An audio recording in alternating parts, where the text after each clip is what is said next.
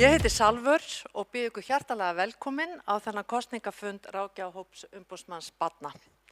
Þetta í annað skipti sem við höldum svona kosningafund með fulltrúum allra framboða fyrir alþingiskosningar. Í tengsli við kosningarnar efnum við til krakkakosninga í skólum landsins í samvinnu við Krakkarúf. Kosningarnar fara fram í næstu viku og verða niðurstöður kynntar í upphafi kosningasjónvarps RÚV. Fundurinn hér í dag alfarið í höndum ráðgjafa úr ráðgjafahópi umboðsmanns barna. Þau hafa útbúið spurningar og munu spyrja frambjóðendur spurninga. Frambjóðendur skipt niður í 3 hol og mun hvert þeirra hafa það bil 20 mínútur til umræða. Hæ, ég heiti Kolbrún, ég 15 ára og ég búin að vera í ráðgjafahópi umboðsmanns barna í 3 ár.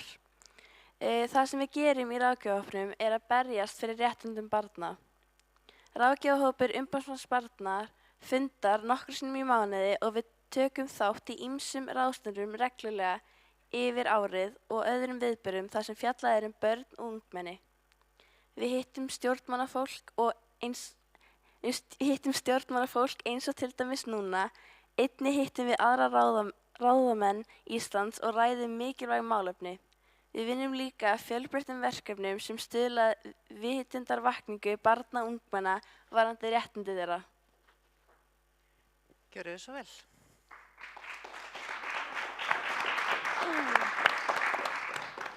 Ef við hérna fáum að kynna okkur aðeins og segja svona hvað við heitum og í hvaða skóla við erum, þá heiti ég Persóna Bergmann og 16 ára gömul og á norðan og þar í Menntaskólanum á Akureyri í öðrum bekk.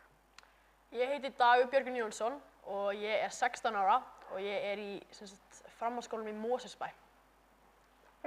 Ég heiti Lilja Rún Hrafnsdóttir, ég á 1. ári í Menntaskólanum í Kópavogi. Við ætlum að fara í 2 umferðir af spurningum og síðan bjóða upp á spurningar úr sal. Fyrst verður hver frambjóðandi spurður almennar spurningar og svo í seinni umferð verður dregin spurning úr hatti fyrir hvern frambjóðanda. Við biðjum ykkur að svara innan tímamarka sem eru 2 mínútur. Jæja, þá það fyrsta almennu spurningarnar. Já, þannig að við ætlum að biðja ykkur að fyrst, að kynna ykkur hvaða flokk þið í og nafn og aldur og hvaða skóla þið fóru í. Fyrst frambjóðandirnar. Já. Á ég að byrja það? Já. Ég heiti Kolbrún Áslaugar Baldursdóttir og ég skipa annað sæti í Reykjavíkurkjördæmi suður fyrir Flokk fólksins en ég einnig borgarfulltrúi á oddviti Flokks fólksins í Reykjavík. Ég sálfræðingaramennt og starfa sem slík í meira en 30 ár og var meðal annars yfir sálfræðingar og stuðlum tíma og víðar í barnaverndarnefnd í 10 ár og síðan var ég formaður Barnaheilla í 6 ár. En ég hef unnið mjög mikið með börnum og unglingum í gegnum tíðina og mér fannst það mjög dýrmæt reynsla þegar ég síðan fór í pólitíkina og hef núna í borginni verið með þetta berjast fyrir réttindum barna víðs vegar svo sem að eyða biðlistum og fleira fræðslu til foreldra og barna og fleira svoleiðis. Þannig að ég vil bara þakka fyrir þennan fund hérna og hlakka til að við getum átt samtal. Já.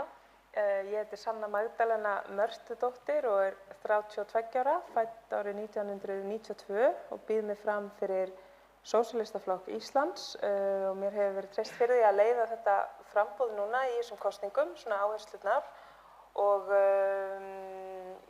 hvað skóla? Ég fór fyrst í skóla í Englandi, byrjaði 4 ára, var í skólabúning þar og talaði ekki neina íslensku. Svo fór ég í Hádegisskóla, Fellaskóla, Fjölbraut við Ármúla. Ég var þar í morgun einmitt á svona kosningafundi og fór í Háskóla Íslands og útskrifaði staðan sem mannfræðingur. Ásmundur? Ég heiti Ásmundur Einar Daðason og 42 ára, mennta- og barnamálaráðherra,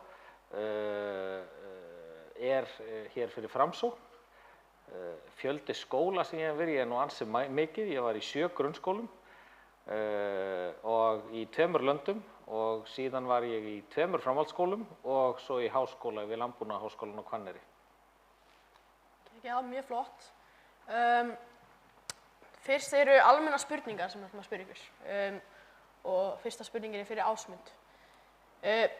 Þú hefur setið í ríkisstjórn á líðandi kjörtímabili og þú ert nú með starf sem barna- og menntamálaráðherra, þannig að það væri frekar einfalt að svara þessar spurningu sem ég er að fara að segja einmitt núna. Hvað hefur þinn flokkur gert í málum barna og ungmenna á þeim tíma sem þú varst í kjörtímabili? Já, við erum að vinna að mjög mörgum þáttum sem að varða börn og ungmenni, eiginlega öll verkefnin í mennta- og barnamálaráðuneytinu varða börn og ungmenni. Við erum að vinna innleiðingu á stefnunni Barnvænt Ísland, öllu sem að þar heyrir undir. Við erum að endurskoða frístundalög, við erum að endurskoða margt sem lýtur að grunnskólastarfi, leikskólastarfi, framhaldsskólum. Þannig að það má bara segja á mjög breiðum grunni. Við erum að koma við höfum verið að vinna nýjum íþróttalögum. Þannig að það má bara segja að eiginlega öll verkefni sem hafa verið í vinnslu og hafa komið til framkvæmda í mennta- og barnamálaráðuneytinu varða eiginlega bara öll börn og ungmenni. Ég er rosalega upptekinn af öllu þessu óformlega, að efla óformlegt nám, efla það sem lýtur að frístundastarfi, það sem lýtur að félagsmiðstöðum og þeim þáttum líka íþrótta- og tómstundastarfi. Þannig að það sem finnst mér skipta miklu máli og tryggja í meira mæli að raddir barna og ungmenna heyrist og sé tekið tillit til þeirra, bæði við samráð við gerð lagafrumvarpa, þingsályktana og fleira. Flott svar, takk fyrir. Næst er það til Sönnu. Hvað ætlar þinn flokkur að gera í málum barna og ungmenna ef þið fáið kjör? Já, það er mjög margt sem þarf að gera og við viljum koma á gjaldfrjálsri þjónustu þannig að börn séu ekki að greiða eða barnafjölskyldur fyrir svona eðlilega þjónustu eins og til dæmis innan veggja skólans. Það er oft mikill kostnaður sem að fylgir eins og við skólaböll, einhverja svona hátíðir eða ferðalög. Það er oft kostningar við frístundir og tómstundir, þannig að við viljum tryggja að börn geti sinnt því sem að þau hafa áhuga á, óháð efnahag. Og bara svona til að skjóta inn í þá er ég mjög ánægð með gjaldfrjálsar skólamáltíðir sem er núna orðið að veruleika og fagna því, þannig að það þarf að halda áfram með þetta. Svo auðvitað ástæðan fyrir því að ég svona byrjaði í stjórnmálum til þess að byrja með var vegna þess að ég hafði upplifað fátækt sem barn og svona hvernig var að alast upp hjá einstæðri móður sem bara átti ekki nægan pening út mánuðinn, sama hversu mikið hún reyndi. Þannig að svona mér er mjög umhugað að útrýma fátækt af því að tölur í dag benda til þess að séu 10.000 börn í dag sem að séu að alast upp við skort, þannig að ég legg mikla áherslu á það og þar auðvitað verður að laga húsnæðismálin þannig að það sé auðveldara að útvega sér öruggt heimili til langs tíma. Og svo líka viljum við að börn hafi meira það að segja í rauninni hvernig hlutirnir verði lagaðir. Það er alveg ýmislegt sem að þarf að laga og þá getur það ekki komið frá fullorðnu fólki á þingi sem kannski þekkir ekki til hlutan eins og þeir eru. Þannig að við viljum hafa bara virkilega þannig ferli þar sem að börn og ungmenni með reynslu af hlutunum fá að koma bara strax inn í stefnumótunarvinnuna með áherslurnar og við tökum líka áherslur sem eru til staðar eins og til dæmis frá barnaþingum þar sem að ýmsir áherslupunktar hafa verið settir fram og það þarf að vinna með það, ekki bara taka á móti skýrslunum og bara vá, flottar áherslur, svo kannski fer þetta ofan í skúffu og ekki mikið inni með það, þannig við þurfum að hlusta á raddir barna og ungmenna. Já, geggjað, frábært. Næst er það til Kolbrúnar. Hvað ætlar þinn flokkur að gera í málum barna og ungmenna ef þið farið á kjörtímabilið? Já, við munum bara halda áfram að gera það sem að flokk fólks hefur verið að gera á þingi. Hann var nú bara búinn til þessi flokkur til þess að taka utan börn og barnafjölskyldur og þá sem minna mega sín í samfélaginu. Þannig að okkar formaður lagði af stað með það að vilja útrýma fátækt og okkur er umhugað að börn sitji við sama borð, að það sé jöfnuður, þannig að það sé ekki eitthvað eitt barn sem fái aldrei neitt meðan að önnur börn fá hlutina auðveldlega því að efnahagur fólk sem alltaf gríðarlega misjafn en það er líka mikil mismunur milli hverfa Þannig að þetta eitt okkar aðaláherslumál, en við höfum líka verið að horfa til skólana, það að börn fái jöfn tækifæri þar og þau fái að stunda nám meðal jafningja, þeim líði vel í skólanum. Ég var sjálf skólasálfræðingur í 10 ár og við höfum verið að berjast gegn þessum endalausu biðlistum barna og foreldra eftir aðstoð, hvort það heldur greiningar eða viðtöl eða einhvers konar stuðningur. Þannig að við viljum berjast fyrir að foreldrar fái fræðslu og enginn þurfa að bíða. Nú hefur til dæmis mörg hundruð barna verið á biðlista eftir bara einfaldri aðstoð. Við erum að tala börn sem er kvíða, börn sem glíma við þunglyndi eða annars konar röskun eða vandamál. Þessi börn eiga ekki að þurfa að bíða og heldur ekki foreldrar þeirra, þannig að við viljum útrýma þessum biðlistum. Þannig að hver og einn fái bara þjónustu eftir þörfum og líka viljum við horfa til kennslunar og lestrar möguleika, þannig að allir fái jöfn tækifæri þar. Sumir börn eru lesblind og þau þurfa að fá aðstoð við hæfi. Þannig að við erum svona kannski vegna þess minnar sálfræði menntunar og reynslu að ég prófa að vinna við þessi störf og bara að koma með þá reynslu inn í pólitíkina. Drífur mann áfram til að gefast aldrei upp og bara hvert einasta barn á að hafa tækifæri til þess að vera ánægt og hamingjusamt og líða vel í sínu umhverfi. Takk fyrir, virkilega flott. Núna ætlum ég að draga eina spurningu fyrir hvert af ykkur úr skálinni og já, fá ykkur til að svara. Ásmundur, mörg börn fá ekki tækifæri til þess að stunda íþróttir eða tómstundir vegna efnahag foreldra þeirra. Hvernig ætlar þú að tryggja því að þau fái tækifæri jafnt við önnur börn? Þetta mjög góð spurning og byrja á því að segja að þegar ég var félagsmálaráðherra í COVID-faraldrinum að þá settum við sérstakan frístundastyrk sem var ætlaður að því að frístundastuðningurinn hjá sveitarfélögunum og það eiginlega sveitarfélögin sem halda utan þetta. Við settum hins vegar sérstakan frístundastyrk sem var ætlaður til tekjulægri fjölskyldna og það skemmst frá því að segja að jafnvel þó við hækkuðum fjármagnið að þá sáum við ekki að við værum að ná til þessara barna. Þess vegna höfum við farið þá leið að við erum að vinna með íþróttahreyfingunni að því að nálgast þetta svolítið öðruvísi og erum búin að setja upp sérstakan hvatasjóð þar sem að hugsunin og að fara á stað núna, þar sem að hugsunin að íþróttafélög í samstarfi við sveitarfélögin geti sótt styrk inn í þann sjóð til þess að ná til barna sem ekki eru í íþrótta- og tómstundastarfi með sérstaka áherslu á 3 hópa. Það eru börn með fatlanir, börn með erlendan tungumál og menningarbakgrunn og börn sem að búa við fátækt. Af því að oft á tíðum, og ég þekki það líka af eigin reynslu, oft á tíðum það ekki eingöngu fjármagni, það líka félagslegar aðstæður heima sem að hafa áhrif og það þarf að byggja traust og trúnað við foreldrana til þess að ná til þessara barna. Þannig að með þessu samstarfi hef ég trú á því að við eigum að geta náð betri árangri hvað þetta snertir. Ok, flott svar. Og Sanna, hvernig ætlar þú að tryggja það að börn þekki sín réttindi? Það þarf að kynna réttindin með fjölbreyttum leiðum. Við erum til dæmis með barnasáttmála Sameinuðu þjóðanna og þá þarf að tryggja að hann sé til staðar á fjölbreyttum stöðum. Að það sé ekki eingöngu á netinu og þar með talið þá allar þær heimasíður sem kannski börn eru helst að nota. Að það sé líka til útprentað, þetta sé í skólunum, sundlaugum, bókasöfnum, að það sé til líka upplýsingar í bæklingi sem að liggja frammi á stöðum þar sem að börn eru gjarnan.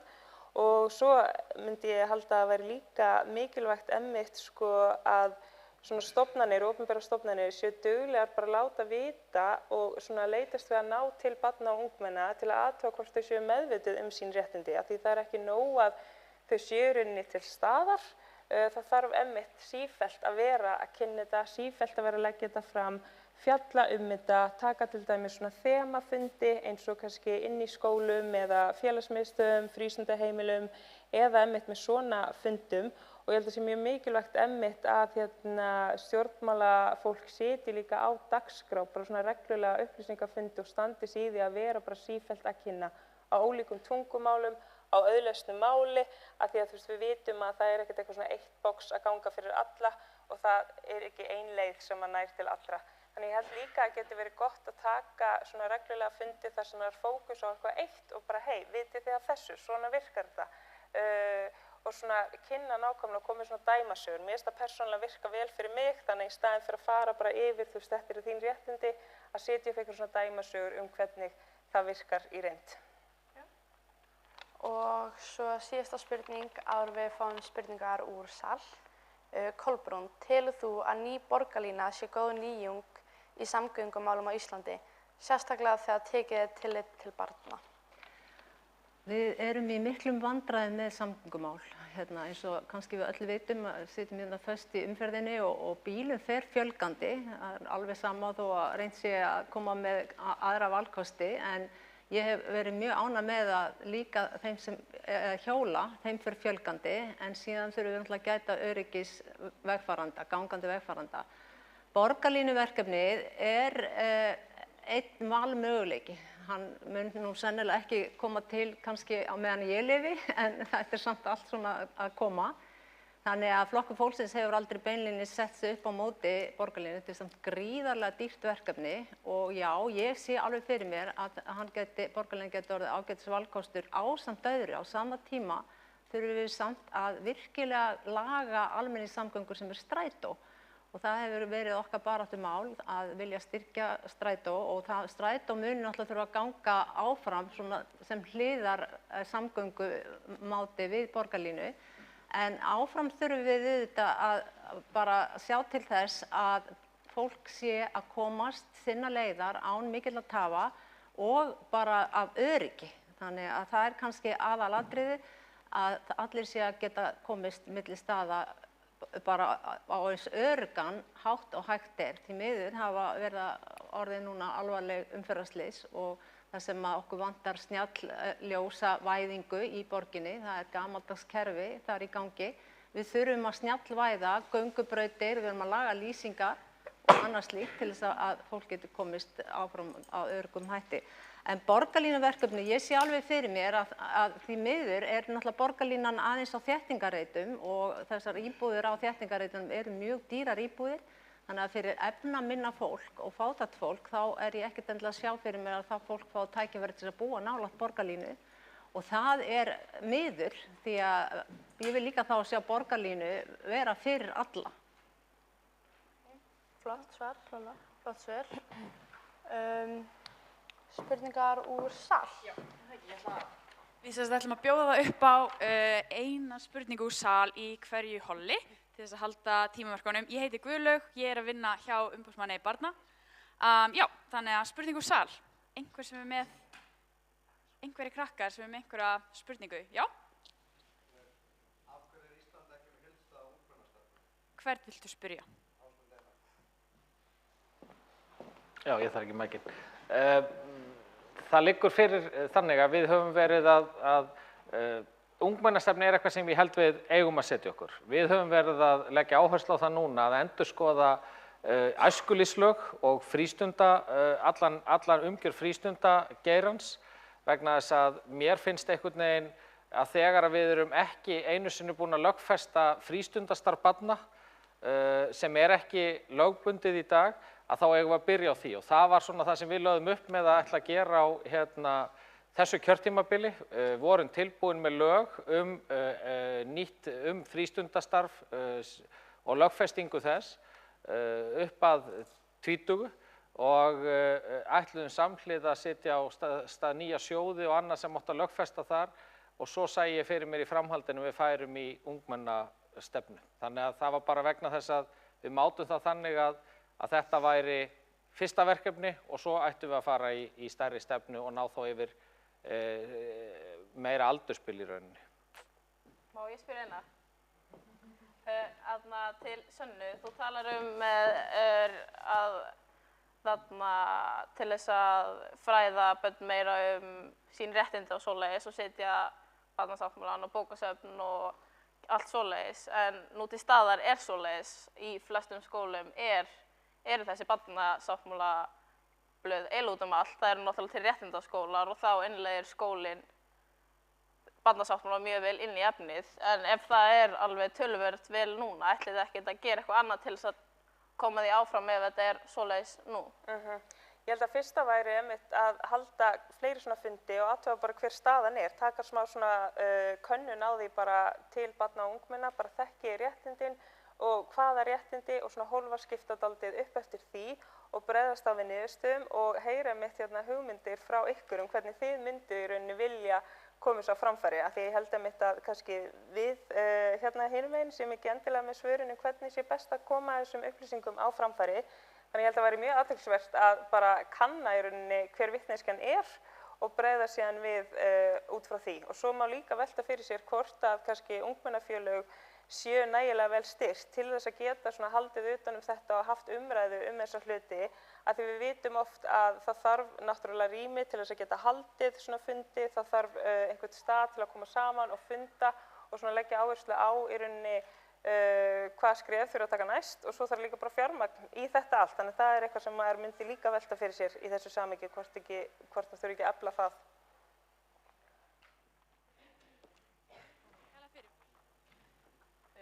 Ég heiti Baldvin T. Sigurðsson, ég er 15 ára og í 10. bekk í Lagfélagsskóla. Ég heiti Aldís Ögmundsdóttir, ég er í Hagaskóla og er 15 ára. Ég heiti Magnea Þóra Guðlaugsdóttir, ég er 15 ára og ég er í Norðlingaskóla, 10. bekk. Ég heiti Indriði Nökkvi og er 15 ára og er í Hlíðarskóla. Ég ætla að biðja frambjóðendur að kynna sig með nafni, flokki og skóla. Já, ég skal bara byrja. Ég heiti Jón Pétur Simsen. Ég er í 3. sæti Reykjavík Suður fyrir Sjálfstæðisflokkinn og ég er sem sagt kennari og skólastjórnandi, ég er í leyfi reynda núna og þeir skólar sem ég gekk í, ég byrjaði í Breiðholtsskóla, svo Breiðagerðisskóli, Réttarholtsskóli, Menntaskólinn Sund og svo voru ég í háskólanám, lærði að vera kennari. Já, ég heiti Nanna Margrét og er í öðru sæti í Suðvestur fyrir Miðflokkinn. Ég var í Ölduselsskóla í Breiðholtinu, ásamt því að vera tvisvar í skóla erlendis, bæði skiptin í Bandaríkjunum, fór svo í Verslunarskólann og þaðan í Háskólann Íslands og svo í Háskóla í Reykjavík. Já, ég heiti Hildur Þórðardóttir, ég er í öðru sæti í Reykjavík Norður fyrir Lýðræðisflokkinn. Ég var í Langholtsskóla, Víðistaðaskóla, Versló, ég fór til Bandaríkjanna, var bæði í Maine og líka í Kaliforníu, í San Diego. Og ég var Háskóla Íslands líka. Já, ég heiti Gísli Rafn Ólafsson og er í öðru sæti fyrir Pírata í Suðvesturkjördæmi og ég fór í Snælandsskóla í Kópavogi og svo Menntaskólann í Kópavogi, svo í Háskóla Íslands, svo í Háskólann í Kaupmannahöfn, svo í Háskóla Íslands. Var að loksins að útskrifast það núna í haust. Til hamingju. Við ætlum að fara 2 umferðir af spurningum og síðan bjóða upp á spurningar úr sal. Fyrst verður hver frambjóðandi spyrur almennar spurninga og í seinni umferð verður dregin spurning úr hatti fyrir frambjóðendur. Við biðjum ykkur að svara innan tímamarka sem eru 2 mínútur. Fyrst eru almennu spurningarnar. Fyrsta spurningin er til Jón Péturs. Þinn flokkur hefur verið ríkisstjórn á líðandi kjörtímabili. Hvað hefur flokkurinn gert í málefnum barna og ungmenna á þeim tíma? Já, flokkurinn hefur náttúrulega ekki haft það ráðuneyti í sínum fórum, þannig að við höfum gert samt ýmislegt og ætlum að gera meira. Við erum með aðgerðalista hjá okkur sem telur 21 aðgerð og þar í raun má segja að ákveðin stór vandi í menntakerfinu sé ávarpaður. Við erum með allt of stóran hóp nemenda sem útskrifast úr 10. bekk eftir 10 ára skyldunám sem er ekki með þá grunnfærni í lesskilningi að geta tekið þátt í því sem þið eru að gera núna, sem er náttúrulega stór partur af lýðræðinu. Og í grunnskólalögum segir að eftir 10. bekk þá eigi maður að geta tekið þátt í lýðræðinu og mynda sér skoðanir og viðhorf. Og okkar sýn og stefna er svolítið öðruvísi en hefur verið gert til þess að bregðast við þessum vanda. Við viljum sem sagt að börn á leikskóla, að þau fái að vera eins mikið í íslensku málumhverfi og hægt er. Þannig að þau læri íslensku strax í leikskóla. Og það er gríðarlega mikilvægt fyrir lífsgæði þeirra til framtíðar. Og svo viljum við líka að börn sem sagt í leikskóla að biðlastofnunum þeim verði útrýmt og við munum sem sagt í samstarfi við sveitarstjórnir vinna að því. Á grunnskólastiginu, sem er mjög mikilvægt stig líka, þar viljum við tryggja það að allir nemendur sem eru í fyrstu bekkjum grunnskólans, fyrsta, öðrum og þriðja bekk, þegar þeir fara þaðan, þá hafi þeir þann lesskilning og lesfærni sem þeir hafa kost á. Núna í dag er þetta alls ekki þannig og við erum með 30% nemenda í íslensku skólakerfi sem fær stuðning, sem er 25% of mikið. Og þetta veldur því að töluvert hluti af fjármagninu sem gæti farið annað fer inn í þetta og þess að það er svo margt bara í þessu sem við þurfum að gera og ég get nefnt samræmt próf, símalausa skóla og fleira. En ég læt staðan með hér. Takk. Næsta spurning er til Nönnu. Hvað ætlar þinn flokkur að gera í málefnum barna og ungmenna ef þið fáið kjör?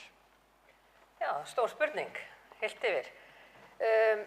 Sko, ef ég byrja svona einblína aðeins að svara svo út frá skólakerfinu, þá held ég að það skiptir rosalega miklu máli og kannski aðalmáli að við erum að jafna tækifæri barna til menntunar. Og þetta er auðvitað stór liður í því hvað ætlum að gera fyrir börn.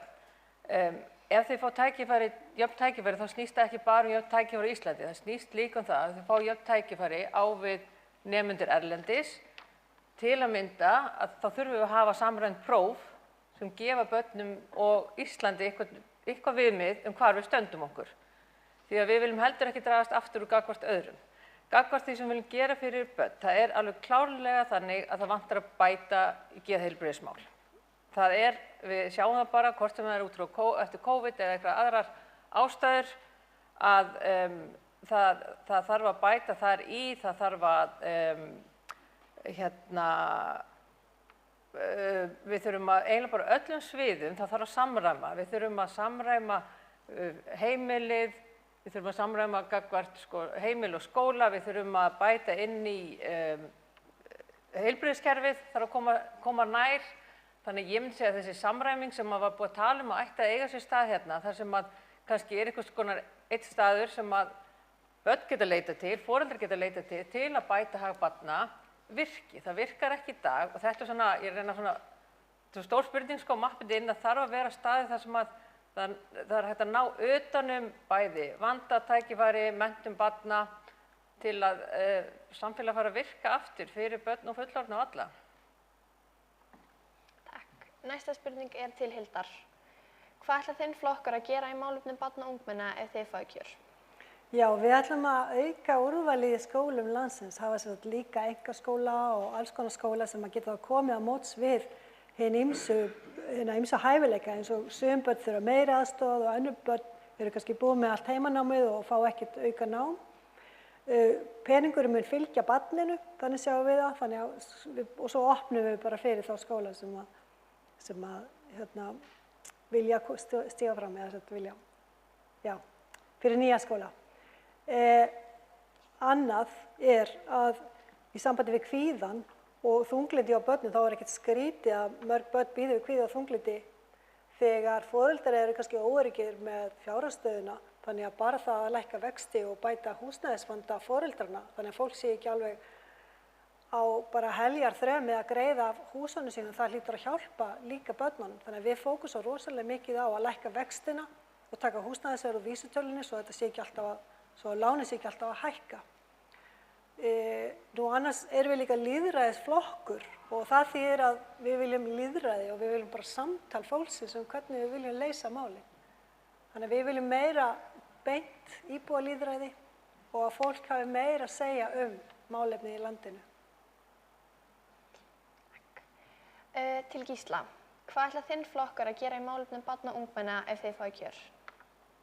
Já, ég hef verið svo heppinn núna á þessu kjörtímabili að hafa verið einn á talsmönnum barna á Alþingi og það fyrsta sem ég setti mér í því var einmitt að hlusta á börn, hlusta á ykkur og hef hitt mörg ungmennaráðin og fengið að heyra hvað það sem brennur á ykkur. Og það það sem hefur síðan leitt til þess hvaða stefnu við höfum í málefnum ungs fólks. Við viljum leggja mikla áherslu á það að bæta geðheilsu barna.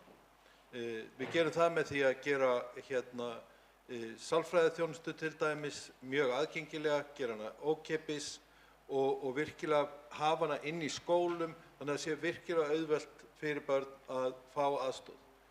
Og með því að tækla það, þá tæklum við líka ofbeldi og ýmislegt annað. Það er líka rétt sem hefur komið hérna fram áður að fátækt og bara ástand á heimilum getur haft mikil áhrif á það hvernig börnunum líður. Þannig við þurfum að vinna í því að tækla fátæktina. Við erum líka að horfa á það hvað það sem að börnin kvíða. Loftslagsváin hlutur sem er eitthvað sem að börn hugsa miklu meir heldur en við eldra fólki. Og við viljum leggja mikla áherslu á það að við tæklum þessa vá núna þannig að þið þurfum ekki að sitja uppi með eitthvað eftir okkur gamla fólki.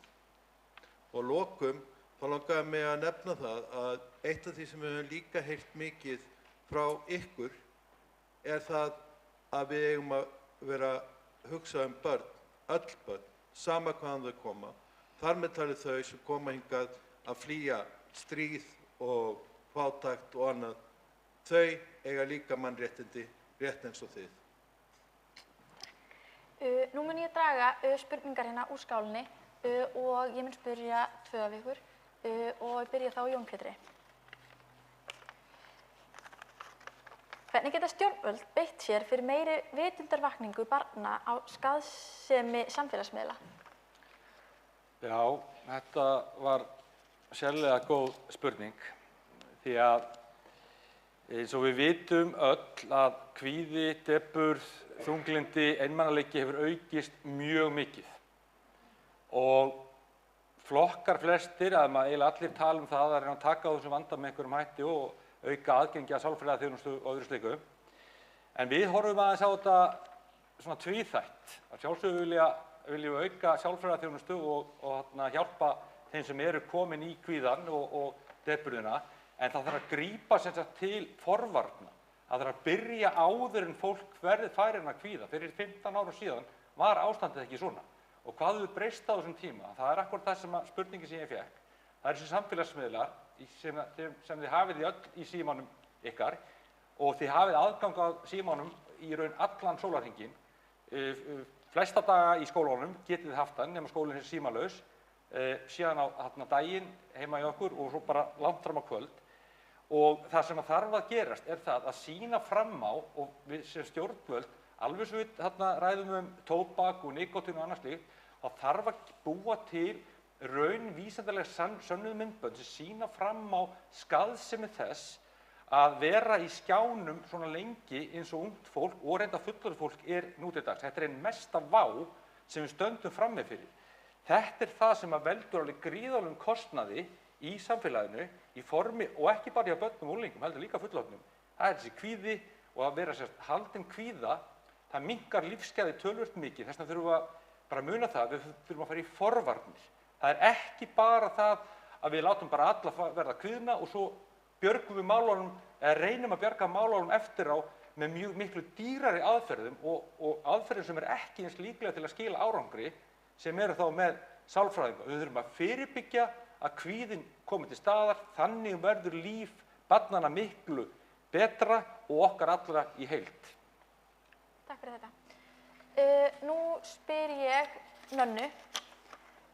Nú eru stjórnvöld farin að niðurgreiða mat í mörgum grunnskólum landsins. Hvers vegna hefur ekki verið leitt hugann að framhaldsskólanemum?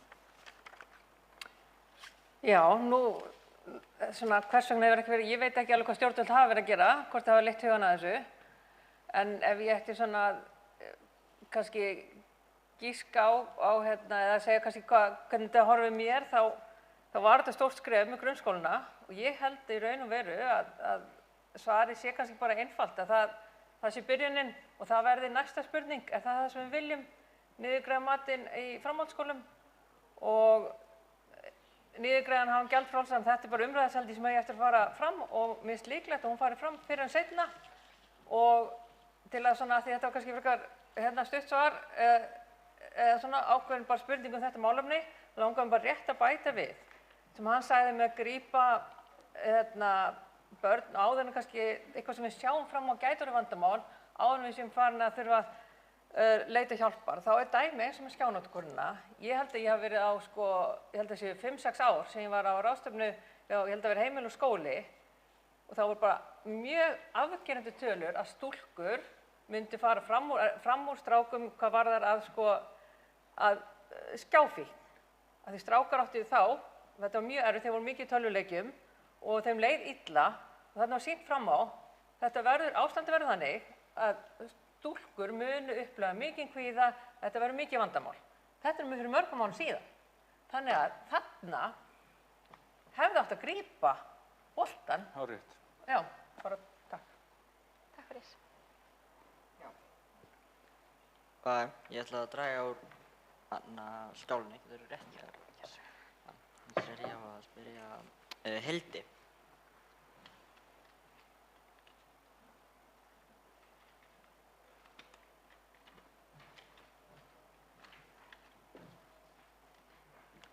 Heldur þú að stjórnvöld hefðu getað gert eitthvað betur í málinu hans Jasans? Hann er barn á Íslandi.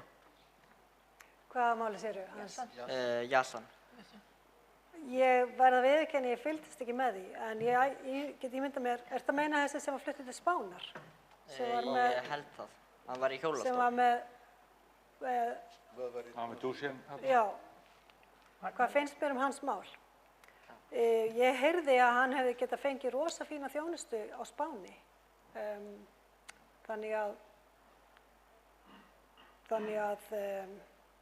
já, ég bara, eins og ég segi, ég bara fylgdist ekki með þessu, en í sambandi við veik börn sem komið til Íslands, við getum nú alveg bara tekið þá umræðu líka, að þá er þetta náttúrulega álag á heilbrigðiskerfið okkar og ef önnur Evrópulönd geta boðið betri heilbrigðisþjónustu til ýmsa sjúkdóma eins og þessi hrörnunarsjúkdómar, þeir á Spáni hafðu miklu meiri þekkingu á þessu sjúkdóma heldur en við, þannig að hann hefði getað fengið betri þjónustu við eitthvað á Spáni. Og við þurfum ekkert endilega að taka á móti öllum, við getum líka alveg dreift þessu til hinna Evrópulandana, en líka það, lýðræðisflokkurinn er með það á stefnuskrá sinni að loka landamærunum núna til einmitt að geta hugsa betur þá sem eru komnir. Við getum ekki verið alltaf að taka við og líka hugsa þá sem eru að koma núna eins og kerfið okkur sprungið, heilbrigðiskerfið bara að taka á móti öllum ferðamönnunum og öllum nýbúanum sem eru vinnandi fólk hérna og borga skatta og allt svoleiðis, líka þeir sem bjuggu fyrir og hælisleitendunum líka. Þetta eru stórir hópar og við erum að tala 8.500 bara síðasta ári sem við jukust, eða sem fjöldi Íslendinga jókst. Þannig að heilbrigðiskerfið þarf náttúrulega að vera í stakk búið til að taka á móti þessu. Þess vegna þurfum við að loka landamærunum til að geta byggt upp innviðina, til að geta hugsað börn eins og hann. Þá ætla ég að spyrja Gísla.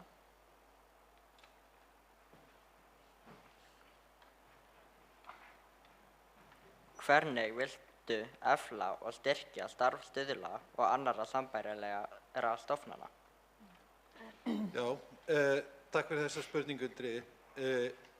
Það hefur verið margt gert í málefnum barna á þessum undanförnum árum, en eitt af því sem hefur vantað eru úrræði.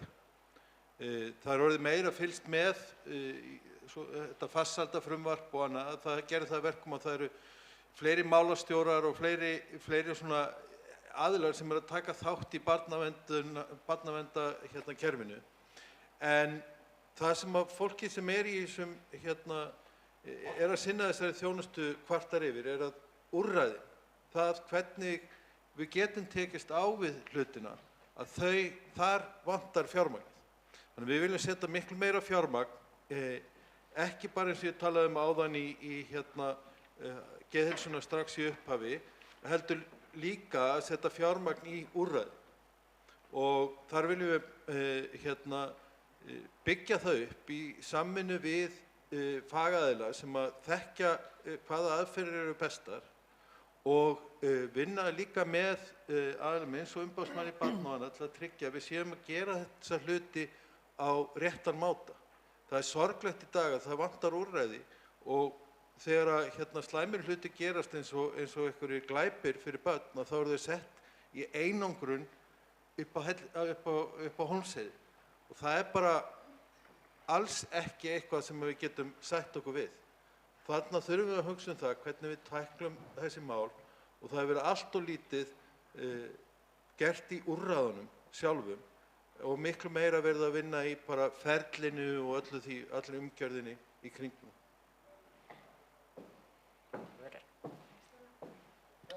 Þá ætlum við að bjóða upp á eina spurningu úr sal fyrir, eða eina eða tvær. Já. Þannig að ég er með spurning, þetta var svona fyrst til... Já,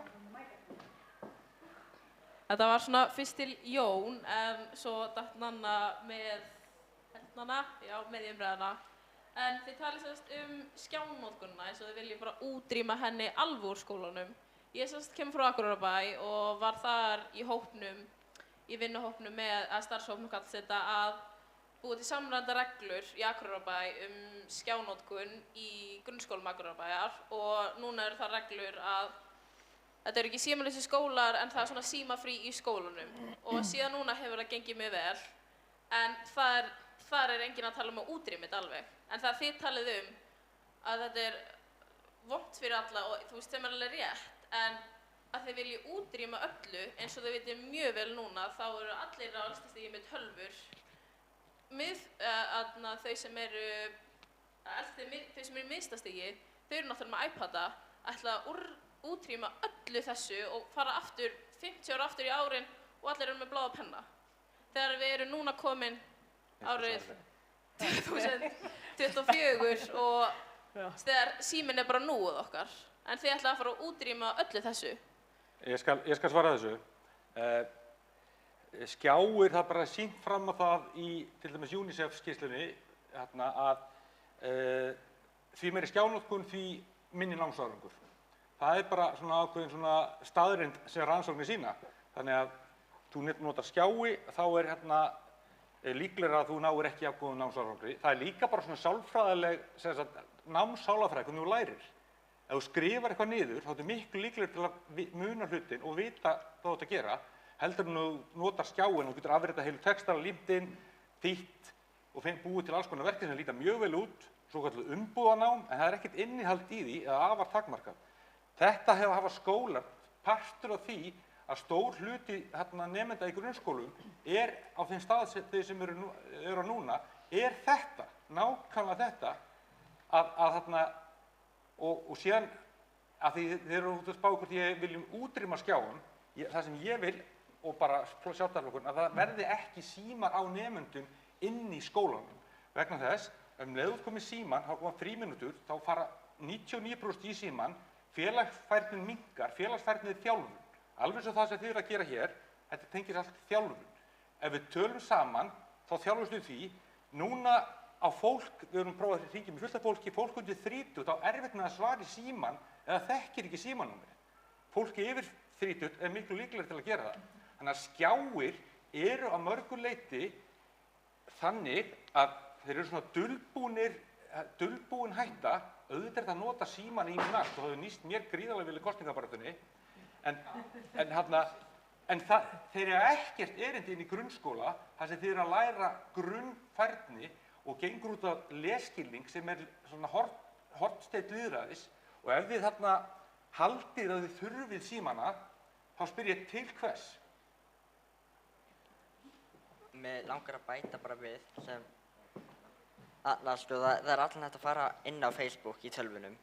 Það er það sem ég ger þegar ég er búinn að lesa bókina mína. Nákvæmlega, þetta er bara staðfyrst það sem ég segi. Ok, það er bara, við erum ekki meiri tíma en bara þessa einu spurningu, þannig að við tökum við þriðju holið núna. Skiptum.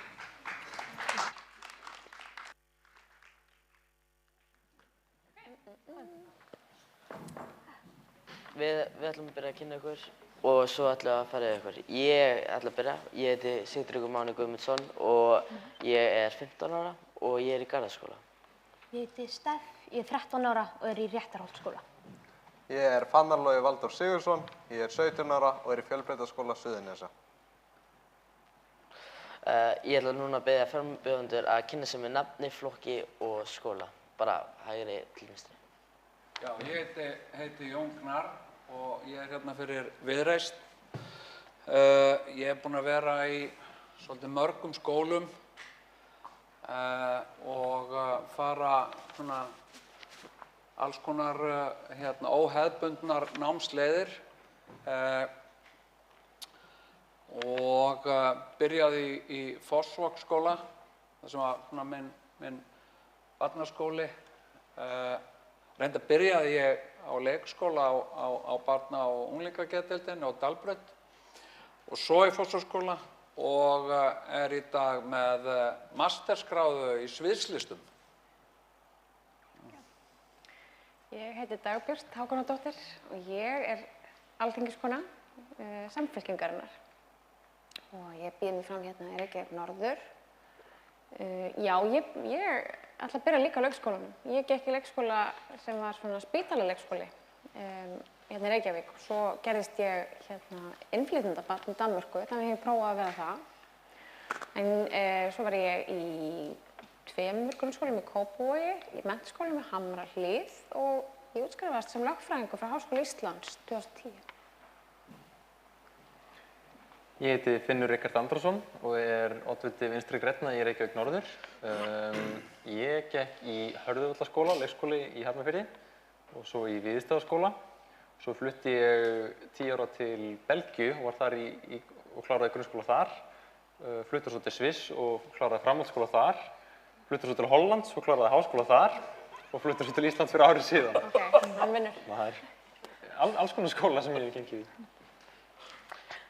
Við ætlum að fara 2 umferðir af spurningum og síðan bjóða upp á spurningar úr sal, eins og við komum hérna áður. Fyrst verður hver frambjóðandi spurði almennar spurningar og í seinni umferð verður dregin spurning úr hatti eða skál fyrir hvern og einasta frambjóðanda. Við biðjum ykkur að svara innan tímamarka sem eru 2 mínútur. Fyrst koma almennar spurningar og Finnur, við skulum bara byrja á þér. Þinn flokkur hefur verið í ríkisstjórn núna líðandi kjörtímabil. Hvað hefur þinn flokkur gert í þágu málefnum barna og ungmenna á þeim tíma? Takk fyrir. Nú ég mjög nýr í mínum flokki, gekk ég hann fyrir 3 vikur síðan, en ég veit svona cirka hvað flokkurinn hefur gert. Við börjumst meðal annars fyrir því að fá gjaldfrjálsar skólamáltíðir inn í grunnskólana, þannig að það eitthvað sem ég finnst rosalega mikilvægt. Við tókum þátt í því að með Ásmundi Einari í barnamálaráðuneytinu að setja ný farsældarlög. Svo vorum við að vinna í því að það börn fái að koma á heilsugæsluna án þess að þurfa að greiða neitt komugjald. Við komum líka sálfræðingum inn á allar heilsugæslur og svona geðheilsuteymum sem mér finnst rosa mikilvægt, ekki bara fyrir fullorðið fólk, heldur sérstaklega kannski fyrir börn. Og við höfum verið líka bara svona heilt yfir að reyna að draga úr ójöfnuði og fátækt í samfélaginu sem við vitum að gríðarlega mikilvægt til þess að ungu fólki líði vel, að það sé ekki að alast upp við fátækt eða við ójafnar aðstæður í samanburði við svona jafningja. Og svo kannski fyrir aðeins eldri ungmenni þá tókum við þátt í að afnema skólagjöld í Listaháskóla Íslands og viljum í rauninni ganga lengra og afnema öll skólagjöld í öllum skólum og öllum námsstigum. Svo það umhverfismálin, það sem við höfum beitt okkur kannski mest og það kannski eitt stærsta hagsmunamál barna og ungs fólks og við lögðum þar fram fyrstu fjármagnuðu loftslagsaðgerðaáætlun Íslands og friðlistum 60 svæði til að vernda náttúru Íslands fyrir börn og ungmenni hérna á Íslandi. Takk hérlega fyrir. Dagbjörn, hvað ætlar þinn flokkur að gera í málefnum barna og ungmenna ef þið fáið kjör? Við í Samfylkingunni erum jafnaðarmannaflokkur og fyrir þau sem veit ekki kannski hvað það þá erum við hluti af alþjóðlegri hreyfingu og jafnaðarmanna félagshyggju flokka sem finna mót allan heim. Við staðsetjum okkur vinstra megin í pólitík sem þýðir það að fyrir okkur finnst okkur mikilvægt að huga að heildinni, Við erum þeirra skoðun að það sé betra að við séum með hæfilega skattlagningu og fáum alla til þess að greiða sem geta til þess að við getum búið til stærra samfélag og þjónustu alla í samræmi við bara þarfir þjóðfélagsins og sérstaklega í samræmi við lög þegar það á við. Okkur finnst út frá þessu ekki nægilega vel staðið að ýmsum verkefnum sem eru bundin í lög. Nú vil ég bara til dæmis nefna þjónustu við fatlaða og sérstaklega fötluð börn sem fá til dæmis ekki inn í sérstökum sérskólum sem til eru fyrir þau. Við sjáum alveg ofboðslega slæma stöðu í geðheilbrigðismálum og sérstaklega geðheilbrigðismálum barna þar sem eru miklu og langir biðlistar. Og mér er mjög umhugað það að við náum að búa til þannig samfélag þar sem fjölskyldurnar okkar ná að brúa bilið á milli þess sem börn fæðast í þennan heim og ljúka sinni fæðingarorlofi með sínum foreldrum. Komast hann í leikskóla. Þetta, þó að þetta sé kannski mjög ung börn, það stærsti tónum bara fyrir það samfélag sem við búum í.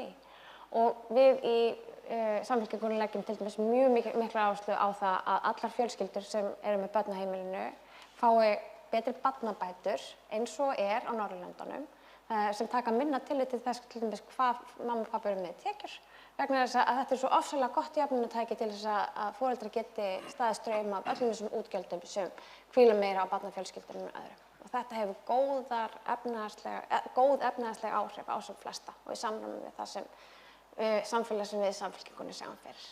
Ég geti haldið áfram. Glæsilegt. Jón Gnarr, hvað ætlar þinn flokkur að gera í málunum barna og ungmenna ef þið fáið kjör? Já, við eitt af okkar meginmálum er niðurgreiðsla á sálfræðiþjónustu og það að fara til sálfræðings sé svona bara eins og þú fáir einhverja svona 10 tíma hjá sálfræðingi án þess að þurfa að borga rosa mikið fyrir það. Við höfum miklar áhyggjur af vaxandi vanlíðan barna og ungmenna á Íslandi, ofbeldi til dæmis meðal barna og ungmenna og við teljum líka bara aðstæður barna í dag á Íslandi séu á margan hátt óásættanlegar. Það er að segja mörgum börnum líður svo illa og búa við svo ömurlegar aðstæður að það er eiginlega ekki hægt að kalla neitt annað heldur en bara neyðar ástand og ef við komumst til valda þá ætlum við að beita okkur í þessum málaflokki, það er að segja að bæta líðan barna þannig að þau nái meiri árangri og reyna að vinna í svona forvirkum aðgerðum til dæmis gegn ofbeldi, bæði með fulltrúum barna og ungmenna og líka lögreglunni og þetta er bara mikið áhyggjuefni. Mér finnst að mætti alveg skoða að banna TikTok í skólum en og síðan áhersla á barnamenningu sem er líka ákveðin forvörn sem oft vanmetin. Núna ætlum ég að draga spurningar úr skálinni og spyrja ykkur.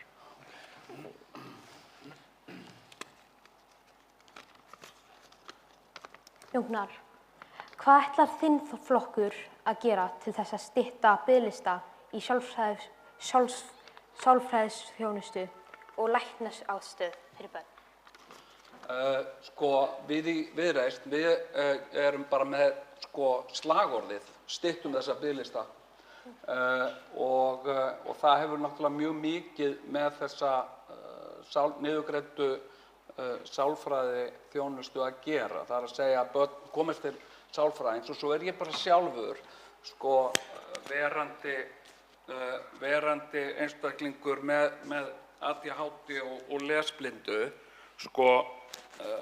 þá hef ég talað fyrir því að eins og við höfum verið að gera núna aðallega er að meðhandla vanda með lyfjum. Það er að segja en það er ekki nóg og það þarf eiginlega alltaf meira en bara lyf. Það þarf einhverja öðruvísi þjónustu sem byggir yfirleitt á samtalsmeðferð eða listmeðferð. og einhvern svona kreatífum lausnum. Það oft sko við heimsmet í notkun á alls konar lyfjum og ég held að það væri hægt að draga mjög mikið úr því með því að meðhöndla kannski hlutina á annan hátt og þar held ég að sem sagt samtalsmeðferð gegni alveg lykilhlutverki, það er að segja sálfræðingur. Svo líka bara í dag, það sem að sko, þú veist, það er miklu flóknara að vera barn og ungmenni í dag heldur en það var fyrir mig.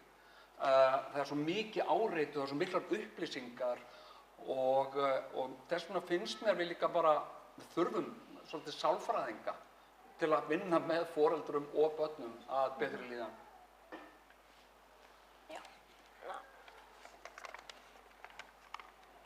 Dagbjört, hvers vegna fá börn eldri en 12 ára ekki frítt í strætó þegar það er eina leiðin fyrir þau til að komast í skóla og tómstundir?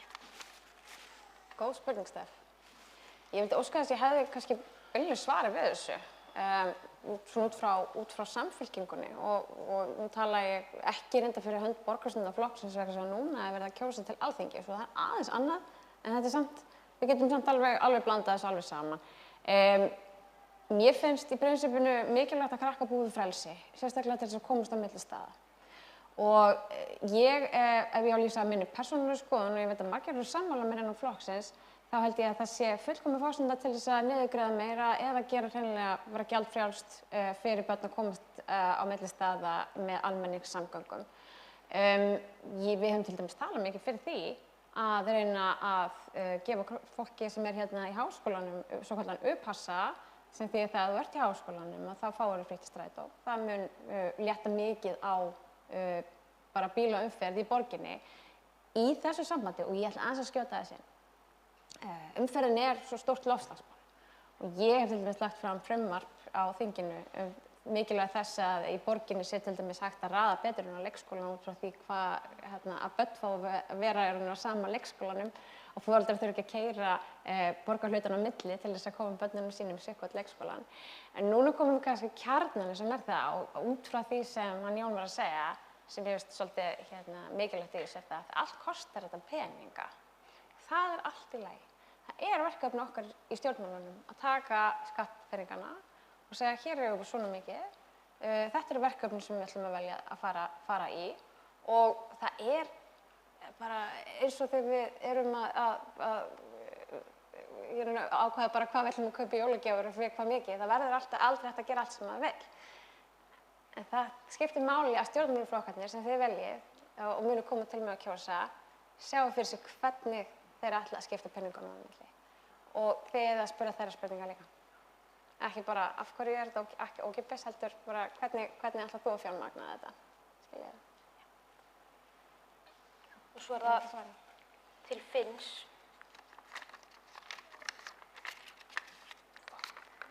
Samgöngukerfið á Íslandi er mjög óskilvirkt en mörg börn treysta á það til þess að komast til og frá skóla. Hvernig sér þú fyrir að hægt að sé að bæta samgöngukerfið? Mjög góð spurning, takk fyrir. Ég er mikill áhugamaður almenningssamgöngur og eins og ég taldi upp áðan þá hef ég búið í nokkrum stórborgum fyrir utan Ísland og í öllum þeim borgum þá var almenningssamgöngukerfið bara frábært og ég gæti labba út á stoppustöð og eftir 5 eða 10 mínútur þá var bara komið strætó og ég þurfti ekki að pæla í því hvenær ég ætla að labba út eða hvort mér yrði kalt í strætóskýlinu eða eitthvað. Þannig að mér finnst rosalega mikilvægt að við stöndum vörð borgarlínuna sem er búið að samþykkja að ráðast í. Það eru margir flokkar sem eru að bjóða sig fram núna sem vilja hætta við hana, þannig að mér finnst mikilvægt að við höldum henni áfram. En þangað til að borgarlínan verður komin, þá langar mig okkur í Vinstri grænum að stórefla strætókerfið sem við eigum nú þegar. Til þess að gera það, þá þarf að fjármagna það betur. Það þarf að setja meiri pening í það og eins og Dagbjört var að segja, það er alltaf í lagi að strætó og almenningssamgöngur kosti. Þetta er bara þjónusta sem mér finnst að hið opinbera eigi bara að veita almenningi. Kostar fyrir ríkið þá eða kostar fyrir þau? Já, kostar fyrir ríkið. Það er að segja að það kosti ríkið en ekki þá sem að nota kerfið. Þannig að mér langar að bæta við fleiri sérakrunum fyrir strætó, þannig að komist fram úr umferðinni og teppunum þar sem maður situr oft fastur, bæta við fleiri vögnum og passa með þessum akrunum og fleiri vögnum þá kannski strætó minna seinn, kemur hraðar. Og svo finnst mér líka mikilvægt að huga uppbyggingu á hjóla- og gönguinnviðum. Það er að segja að gera það auðveldara fyrir fólk og öruggara að hjóla á milli staða. Ég var nú að hjóla í vinnuna í dag og það er ekkert alltaf mjög öruggt að gera það. Þannig að þetta er eitthvað sem ég finnst rosalega mikilvægt að við tökum harðar á og er tilbúin að beita fyrir því og bara setja pening í það. Ok, þá höfum við tíma fyrir allavega 2 spurningar. Ok, byrjum bara hér. Já.